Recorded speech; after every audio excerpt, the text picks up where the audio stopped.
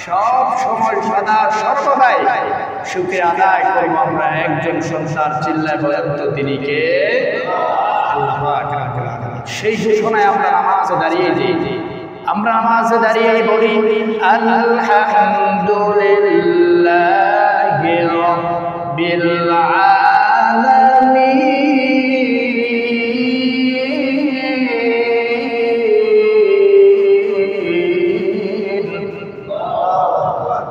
নামাজে দাঁড়িয়ে আমরা বলি আলহামদুলিল্লাহ।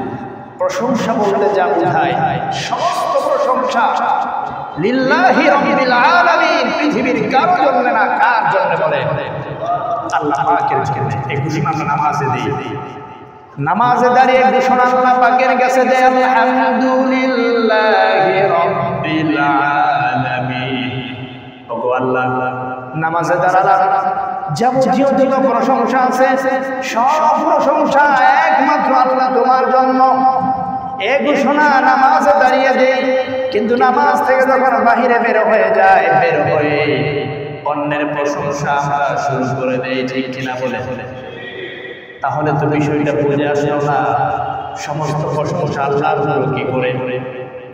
আমরা অনেক সময় মানুষটা ভালো হলে মানুষের প্রশংসা করি কি করি না?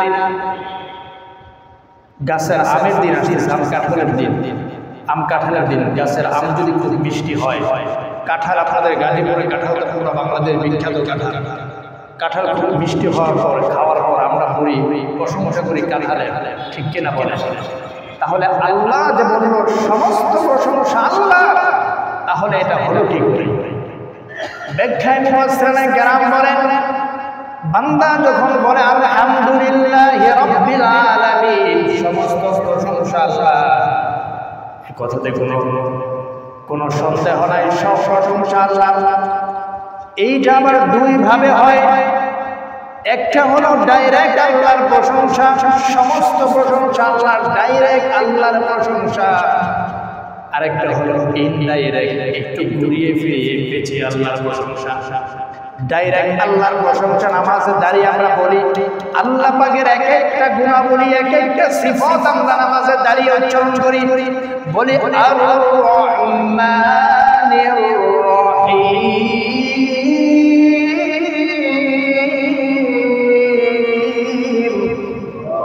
এক একটা সিফাত, এক একটা শব্দ আমাদের নামাজের মধ্যে দিয়ে বের হয়, আল্লাহ পাকের এক একটা সিফাত, এক একটা প্রশংসা আমরা করি।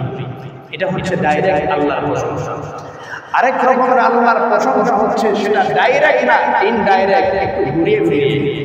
আচ্ছা, গাছের যে আমের প্রশংসা আমরা করলাম আম খাওয়ার পর, কাঁঠালের যে প্রশংসা করলাম কাঁঠাল খাওয়ার পরে, আম আর কাঁঠালের ভিতরে যে মিষ্টতা, এটা কি নিজস্ব গুণ না একজন দিয়েছেন গুণটা? কথা বলেন, কে দিয়েছে? আল্লাহ পাক দিয়েছেন। সুতরাং আম কাঁঠালের প্রশংসা করলে প্রশংসা করা হলো কার? আল্লাহ পাকের। মসজিদের মাইকটা খুব ভালো ভালো করে মাইকের প্রশংসা করলে এটাও আবার আল্লাহর হলো কি করে? মাইক তো মানুষ বানাইছে, আল্লাহ বানাই নাই, তাহলে তো আল্লাহর প্রশংসা হলো না। মুফাসসিরিনে কেরাম জবাব দিয়েছেন এটাও আল্লাহর প্রশংসা। কারণ এই মাইকটি যে বানিয়েছে সুন্দর করে বানিয়েছে, সাউন্ড সুন্দর করে বানিয়েছে, ভালো আওয়াজ করে, এই আওয়াজ যে করে আসুন আমরা চলে যাই মাইকটা যিনি বানিয়েছেন তার কাছে, আমরা গেলাম তার কাছে। মাইকের প্রশংসা করা মানে হলো যিনি মাইকটা বানিয়েছেন তার প্রশংসা করা। আমরা তার কাছে গেলাম, যাওয়ার পরে দেখলাম মাইকটা সে ভালো করে বানিয়েছে, ভালো সার্ভিস আমাদেরকে দিচ্ছে। তো এই ভালো করে বানানোর যে বুদ্ধিটা, এটা নিজস্ব না আল্লাহ দিয়েছে? কথা বলে দিয়েছেন কে? সুতরাং মাইকের প্রশংসা করাও মানে প্রশংসা করা কার? সেজন্য আল্লাহ পাক রব্বুল আলামিন বলেন আলহামদুলিল্লাহি রাব্বিল আলামিন।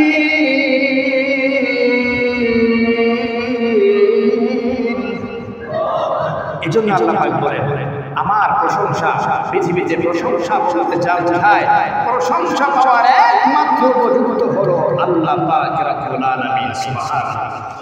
সম্মানিত মুসল্লিয়ানে কেরাম, আজকের আলোচনার বিষয় হলো আদাবুল মসজিদ। মসজিদের কিছু আদাব আছে, মসজিদের আদাব নিয়ে আজকে আলোচনা করব।